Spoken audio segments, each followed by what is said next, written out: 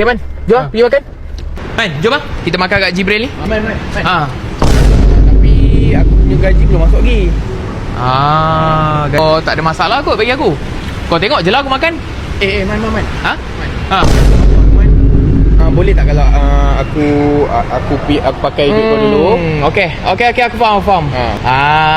Okay. Cuma persoalan dia tu bila? Bila? Hujung bulan ni lah. Okay, kira pukul 3 kejap lagi ni kau dah boleh bayar. Saya nak yang salted egg butter lobster, saya nak 2. Lepas tu saya nak fry 1 dengan air nojito tu.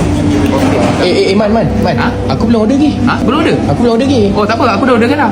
Tadi fries tu aku order 1. Ui, mantap. Ini spaghetti. Ini salted egg butter chicken. Ini salted egg butter lobster. Ini dari duit. Man. Aku ambil satu meatball Satu. Boleh. Alright.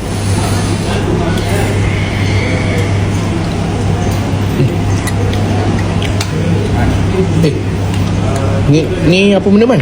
Tadi kau ambil 1 meatball kan? Tambah RM5. So ada apa lagi bang? Saya nak take away. Saya nak salted egg butter chicken lobster take away. 1. Man. Aku nak tambah ni lah, take away juga. Kau nak take away spaghetti olio. Spaghetti. Okay bang, bagi dia bungkus fries lagi 1. Man, asal poket kau rabak tu Man? Rabak poket aku pun. Fries aku bila kau nak bayar? Man. Duit gaji aku dah masuk ni Man. Mantap.